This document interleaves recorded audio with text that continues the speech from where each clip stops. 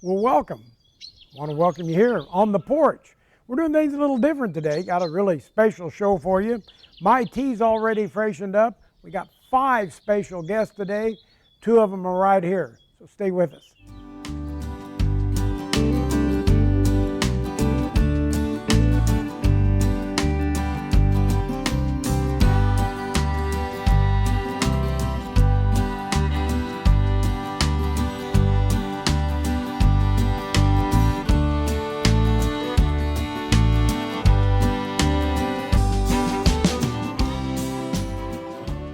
Well, we're glad you joined us on the porch. And got 2 special guests today. Neighbor Tom's gone. He's abandoned me. We got 2 special guests. My longtime friend Barbara Cook, or we call Barbara Jean, and my mother, June, 91 years young. And I always start this off with a story. Now, you 2 have never heard me tell a story, and I know you haven't. So I want to tell a story, and Mother will remember this, Barbara. It's when I first ran for office back in May 1986. I'm running against a fellow Democrat incumbent, so I'm trying to unseat him in the primary. Mother's job was just to work Sanborn and Westphalia to try to get Republicans to ask for a Democrat ballot so that way they could help me beat the incumbent. And that was her job. It was make or break on that primary. So that morning we get up, I vote, and I go to Jasonville. Spend the whole day at Jasonville campaigning at a big precinct. I get home, the polls shut at 6 o'clock. I race back to Sanborn. I still lived in town then, rather than out on the farm. And I ran back, was going to grab a shirt to put on a dirty body, as only a guy would do. And they're waiting downtown. And Mother's there, along with Don Shake. Tubby Don had on his bib overalls and a big chew in his mouth, Mom's first cousin. Ed Peden was there, if you remember old Ed and Lucille. And they were all standing out there waiting for him to come out and give the election results from Sanborn. Well, Mother had done an outstanding job of getting Republicans to vote Democrat. We normally only had about 125 vote Democrat, small town. We had a record number of people that time. They come out and they've got the poll that you used to print this tag out of the back of the old machines, and it said, and they're reading it, and I pulled over, and there's Mom and all of us, and all of a sudden Ed Peden grabs it and he says, well, look at this. He said, we've had 242 people ask for a Democrat ballot today, and I'm starting to get choked up. I'm looking at Mom, and he says, we had 242, it's a record. 229 voted for John Gregg for state representative. 13 voted for his incumbent, my opponent. And I look over, and all of a sudden, I'm starting to feel tears coming in my eyes. And I'm looking at Mom, and she's got this look on her face. Now, we're an emotional family. We'll cry when we get the carpet cleaned.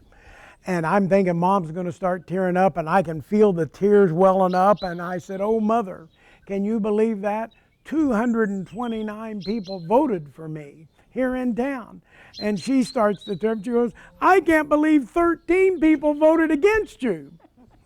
So, flash forward. Mom's upset 13 voted against me.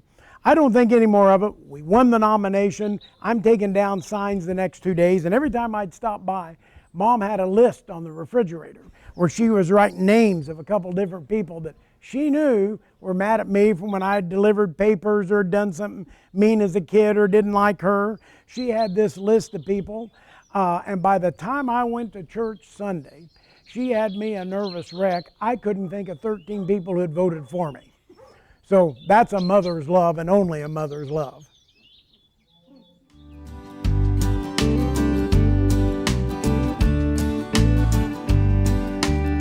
I see a long fence road and a house I know and a worn-out path down a long, dusty road. I'm moving real slow. I don't hear a sound. Is it finally time to lay my body down? I can smell the cooking half a mile away. I can see the yard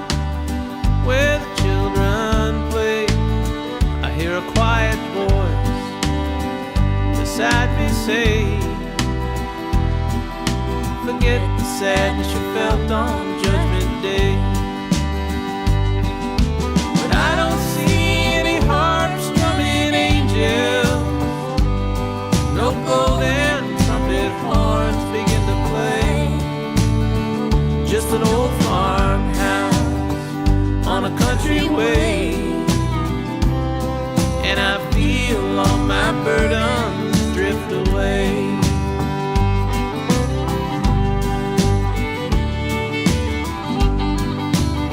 I walk through the yard under big shade trees. There's two old men on a white porch swing. I see a woman waving through the front screen door. Well, we're glad you joined us on the porch. Got Elizabeth Mitchell, originally from Indianapolis, now from B-Town, or Bloomington, as we call it. Thank you for coming today. Well, thank you for having me. Well, it's such a treat to have a Golden Hoosier. Yeah. Now, that doesn't mean golden because you're old. Oh, No. That means golden because you've made a lifetime of achievements to Indiana, and congratulations on that. That comes from the Lieutenant Governor's office. absolutely. I thought that. Well, listen, I love history, and we have so much history that's fallen through the cracks, so much history that's never been taught. You know, I've got family that was from the Deep South that said they could never have textbooks up till the 1960s that praised Abraham Lincoln. Oh, You know, my. he invaded the South, you know, Yeah, and the way they told it. So anyway, you've had a very, very unique life. Yes, I have. I want you to tell me, you went to high school in Indianapolis. Where? Yes. I went to Arlington High School. Now, what was that like? Oh, entered Arlington High School in 1967 because of affirmative action. You know, Arlington High School, Indianapolis did not abide by the laws. So they were sued, and we had to go to Arlington due to the laws saying you've got to have so many blacks in these high schools. So we were bused, 67 of us entering Arlington High School, forced to go, forced to Didn't ask to go. didn't ask to go. We were forced to go. Whites didn't have to go to the inner city. Blacks had to leave the inner city to go to these urban schools. So we couldn't send the white kids into the black schools. We had to send the black kids out. The black kids were inconvenienced. Okay. So here we go. We weren't told what was going to happen. So you enter these schools where we weren't wanted. And there were a lot of fights that first year. You were going to an area where you weren't prepared to go. You quickly found out that we didn't have the educational background. You quickly found out in all areas that you weren't prepared to enter a white world. You left the comfort of your family situation to go into a world that you were completely unprepared for. It was scary. Oh, it was scary, I scary. bet. Then I'm sitting in an English class and I look out the window, and up the street at Arlington High School were white parents, mainly men, with baseball bats and rakes. And I'm thinking, who they gonna hit? My father isn't here. We were kids. We were freshmen, which meant we were what? 14 years old. Who you gonna hit with that baseball bat? And they were coming up as school was getting ready to let out that first day to make sure that the black kids were pulling the bus to get out of their neighborhood. So for the They first didn't want year, you staying. no, get on the bus and get out. So extracurricular activities we couldn't participate in. We had to get on the bus and get out. That was some scary stuff for somebody that's 14 and 15 years old. Absolutely. Absolutely scary. Well, I know after you got out of high school and you got older, you worked for many years in the United States Postal Service. Yeah, But and you that first day, Tell me what happened then. my welcome to the post office in Bloomington, first black, Now wait, Bloomington, Indiana. Bloomington, Indiana. The culture of the self-proclaimed I'm the first liberal black capital yeah. of Indiana. Oh, sure, Okay. yeah. What's this black heifer doing in here? What are you doing here? You're taking a job from a white man. That was my first day on the job. You heard that. That was my welcome committee. What are you doing here? You need to leave. if that would have happened in Bloomington back then, I can't imagine what would have happened in other towns. That was 1979 in Bloomington. Oh my. Yeah. My. Well. So I'm going to stay, and if anybody's going to leave, you need to go. That's what my thoughts were, and that's what I said. You need to go. So I went to work, and I learned you document everything that was said. Who were witnesses? You document, date, time, witnesses, and you keep that up until it's time to turn that information over. And you don't turn the information over locally. You go out of your area, and you may go to Indianapolis or you go to Washington, D.C. with that information, because somebody's going to pay for that. And you know you're not going to get help locally, because locally they go, we don't have racism here. We're in IU, this is IU country. And 1979 wasn't that long ago for me and you. So. No, it's not that long ago, because you would think by that time racism should have been eradicated, but it hadn't been. And for women, they didn't want women in the post office, whether you were black or white, it didn't matter. Didn't matter. Men should be here working. You're supposed to be home, barefoot and pregnant. You should be warming up the pots, not here working, taking a job from a man. You know, when you tell me that, I can remember talking, there was a legend, another Hoosier legend named Bill Crawford, who is an Indianapolis legislator, African American. I served with him, he served almost 40 years. And one time I had asked Bill to go to supper with me. It was when I was speaker. And I said, Bill, we had planned to go to eat. So he comes into my office about 5:30, and we were going to meet at 6:30. And he says, where do you want to eat at, to me? And I said, well, you pick the place. He goes, no, you pick the place. And I said, you know what? I said, I'd like to go to the Athenaeum. And he said, well, I'd rather not go there. And I said, you don't like German food? Now this comes from a kid, we're town 350 people, we're all white, we're all English. We do have diversity of Methodist and Baptist, but that's it. I mean, there's no diversity. He said, well, I'd rather not go there. I said, why not? He goes, well, they wouldn't let me in there when I was a kid. And I said, they had a sign up that said, no blacks? He said, no, but you knew not to go there. So were there places you knew that you weren't to go into? Even, they didn't have signs, but you just knew not to go into? Oh yeah, that even happened 2 years ago in Bloomington here. Really? Yeah, two years ago, my husband and I went to a restaurant, headed down to the lake, and we walked in and sat down, and you felt it. It's nothing said, but there is a feeling.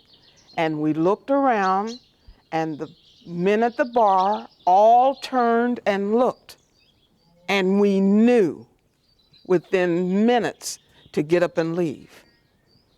Nothing need to be said. In Bloomington, there were never any overt signs. The blacks coming up for the South knew how to act, knew what to do and what not to do.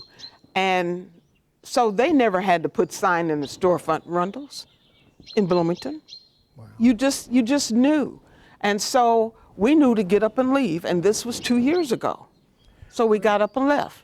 Well, I know you're a student of history, and we always talk in Indiana about the Underground Railroad. Yes. But it's part of that suppressed history. It's like all the people involved with the Underground Railroad look like me, and that's not always the case. Well, those are the stories that are told. Those are the stories that are told. Tell me some of the stories. But nobody tells the stories about white women and the blacks that helped with the Underground Railroad. There are plenty of stories like that. One being in Madison, Indiana, a guy named Elijah Anderson. He was the blacksmith in Madison, Indiana. And he learned to hit that anvil, and he had a code. And everybody began to pick up on that. So they knew when they heard the anvil hit a certain way, it was a coded message to come across the river. Now use your imagination, John. At night when the sun is going down, and you saw these glistening eyes across the river. It wasn't always four-legged animals waiting to come down and take a drink. There were human animals just waiting to hear that coded message, and they would splash in the water, come over to Elijah to find their way to freedom. Sometimes he would take them to Levi Coffin, who everybody knew, because that was a white guy. He would take them to maybe Cleveland or Sandusky, Ohio. on up into Canada. Oh, up into Canada. Yeah, but sometimes he would probably take them up to Bloomington, where there was a black woman by the name of Auntie Myers and her sister. They were waiting to take them on up to Mooresville, on up that way to freedom. Then there was a woman in Madison by the name of Delilah Webster. She ended up getting caught. First woman sent to Kentucky State Prison. She was sentenced to 2 years hard labor. Because she was helping. She was helping. Guess what she was sentenced for? Negro stealing. Oh now her sentence was reduced. She was pardoned. She gets out, goes back to Madison, and guess what that woman does? She resumes her activities. Negro stealing. 20 years after her. Well, Hannah Tolliver Coleman. She does the same thing. And she's sentenced to Kentucky State Prison. Same thing. Negro stealing. There were plenty of women, black men, and black women.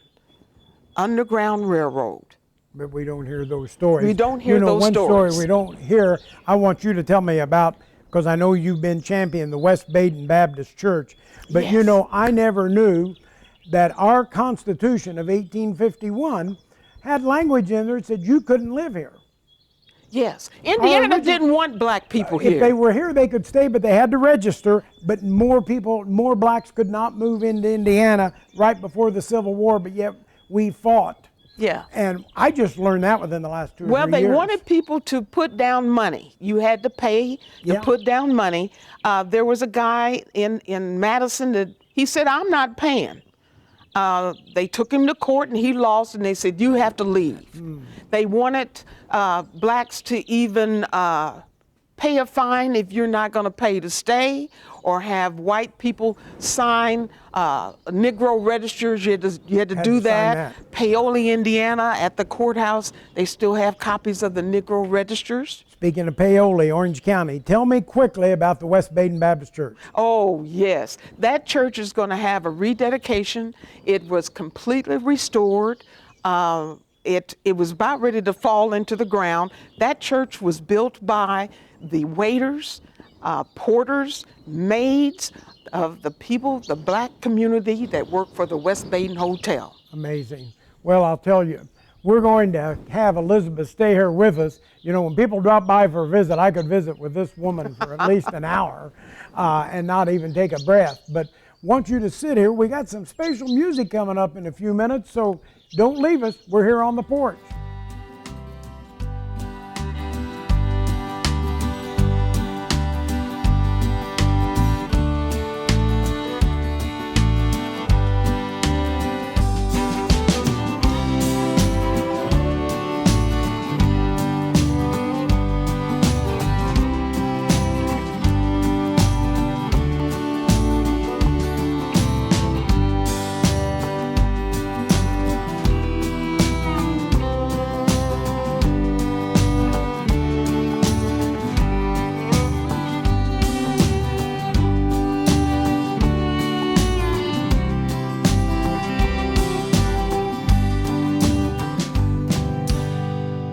Well, it's music time on the porch.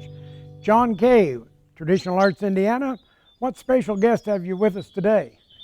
Today we have Reverend Dennis H. Freeman from up in Indianapolis visiting with us. And Reverend Freeman is a recipient of the Indiana Heritage Fellowship. It's a Lifetime Achievement Award for the folk and traditional arts of our state. And he is just an amazing tradition bearer who passes on and shares his talents with his community. And I'm just so thrilled that he's going to be able to be here with us today.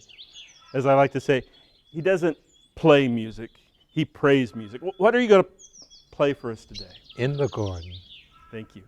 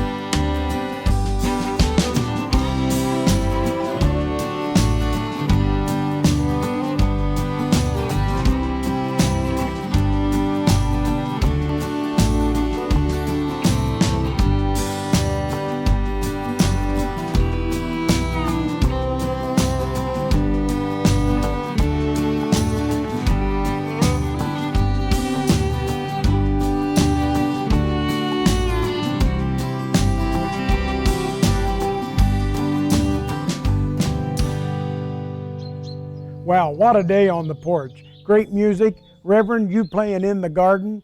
That was my dad's favorite hymn. Well, absolutely, praise God. We played that at Dad's homecoming at his funeral in 2014 at the Sanborn Methodist Church, and that was just beautiful. And thank you so much. Now, who did you bring with you today? I have my apprentice with me today, Brother Mark Duerson. Brother Mark Duerson, and he's going to play I Surrender All, another one of our favorite hymns. Special thanks, Elizabeth, for traveling here to Sanborn all the way down from B-Town. Thank you. We're going to have to visit some more. Dr. John Kay, Traditional Arts Indiana, thank you so much for all of your help. And I want to remind everyone, we live in an imperfect world, as the minister here can share with you. It's pretty tough at times, just grinds you down. And if you see someone this week that you can tell is having a tough time, give them a smile. Maybe the only one they get.